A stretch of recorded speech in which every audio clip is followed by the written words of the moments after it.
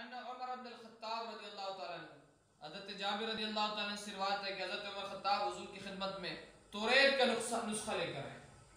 حضرت عمر فاروق کس کا نسخہ لے کر آئے؟ توریت لے کر آئے، توریت شریف حضور کی خدمت میں لے کر آئے اور عرض کے یا رسول اللہ یہ توریت کا نسخہ یہ کیا ہے؟ فقال یا رسول اللہ هذه نسخة من التوراة فسكت فجعل يقرأ ووجه رسول الله صلى الله عليه وسلم يتغير فقال ابو بکر تقلتك الثواكل ما ترى ما بوجه رسول الله فنظر عمر الى وجه رسول الله فقال اعوذ بالله من غضب الله وغضب رسولي رضينا بالله ربا وبالاسلام دينا وبمحمد نبيا فقال رسول الله صلى الله عليه وسلم والذي نفس محمد بيدي لو بدا لكم موسى فاتبعتموه وتركتموني لدلتم عن سواء السبيل ولو كان حيا وادرك النبوة لاتبعني۔ حضور نے فرمایا، حضرت عمر فاروق عرض کرنے لگے یا رسول اللہ یہ توریت کا نسخہ ہے، لے کر یا رسول اللہ یہ کس کا نسخہ ہے؟ توریت کا نسخہ ہے۔ حضور خاموش رہے، حضور آپ پڑھنے لگے اس کو، آپ کیا کرنے لگے؟ توریت کو پڑھنے لگے۔ انداز دیکھیں، آج جو لوگ کہتے ہیں یار سب سے سن لو، اس کی گستاخی اس تک ہے، وہ حدیثی سنا رہے ہیں نا۔ یہ توریت کا نسخہ حضرت عمر فاروق پڑھ رہے ہیں، حضور چپ۔ حضرت ابو بکر صدیق فرماتے حضور کا چہرہ بدلنے لگا، حضور کو غصہ آنے لگا۔ ابو بکر بولے اے عمر تم پہ رونے والی روئے، تم نے حضور علیہ السلام کے چہرے انور کا حال نہیں دیکھا؟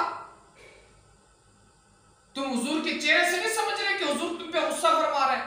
حضور اس بات سے راضی نہیں ہے کہ تم توریت کا نسخہ پڑھو؟ تب حضرت عمر نے حضور کا چہرہ انور دیکھا تو بولے یا رسول اللہ میں اللہ کی غضب سے پناہ مانگتا ہوں، یا رسول اللہ سوری، میں توبہ کرتا ہوں، پناہ مانگتا ہوں۔ ہم اللہ کی ربوبیت، اسلام کے دین ہونے اور محمد صلی اللہ علیہ وسلم کے نبی ہونے پر اللہ سے راضی ہیں۔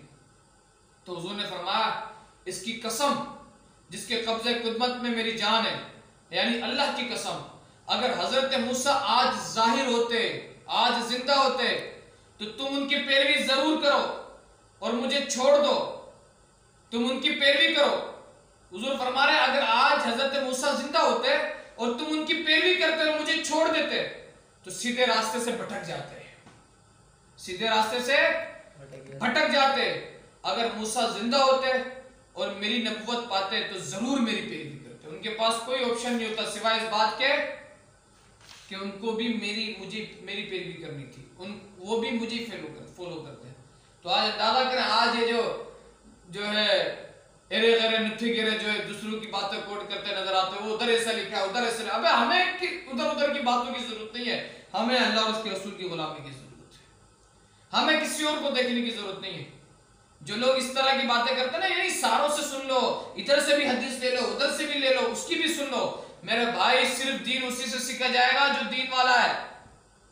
ہمیں آقا علیہ السلام کے علاوہ کسی کی بات سننے کی ضرورت نہیں ہے، ہمیں کسی یہودی کو دیکھنے کی ضرورت نہیں ہے کہ اس کا معاشرہ کیسا ہے، ہمیں امریکہ کو دیکھ کے اپنی لائف جو ہے گزارنے کی ضرورت نہیں ہے، ہمیں اپنے لائف سٹائل کو چینج کرنے کی ضرورت نہیں ہے، ہمیں یورپ کو دیکھ کے اپنے لائف سٹائل کو چینج کرنے کی ضرورت نہیں ہے۔ ہمیں اگر اپنے لائف کو چینج کرنا ہے تو اللہ قرآن میں خود فرماتا ہے ان اللہ لا یغیر ما بقوم حتی یغیر ما بانفسهم، اللہ اس کو چینج نہیں کرتا جو اپنے آپ کو خود چینج نہیں کرتا۔ انقلاب تب آئے گا جب ہم اپنے آپ کو چینج کریں۔ انقلاب قوم کو چینج کرنے سے نہیں آتا، انقلاب ہر بندہ اپنی ذات کو اگر چینج کرے تو پھر انقلاب آتا ہے۔ سمجھ آنی بات؟ تو آج یہ لوگ اس سبق حاصل کریں کہ حضرت عمر فاروق اعظم رضی اللہ تعالیٰ کو جب اللہ حضور علیہ السلام اس بات سے روک رہے ہیں کہ تم توریت کا نسخہ نہ پڑھو، حالانکہ توریت کا نسخہ پڑھنے میں تو کہ اس طرح کا حرف تو نہیں تھا، اللہ کا قرآن کلام ہی پڑھ لیتے وہ، لیکن اس میں تغیر و تبدیل ہو چکا تھا۔ تو فرمایا نہیں بس اب تمہارے پاس کوئی آپشن نہیں ہے سوائے اس بات کے کہ تم پورے طریقے سے میرے دین کو فالو کرو، مجھے فالو کرو۔ سمجھ آ رہی بات؟ اللہ تبارک و تعالیٰ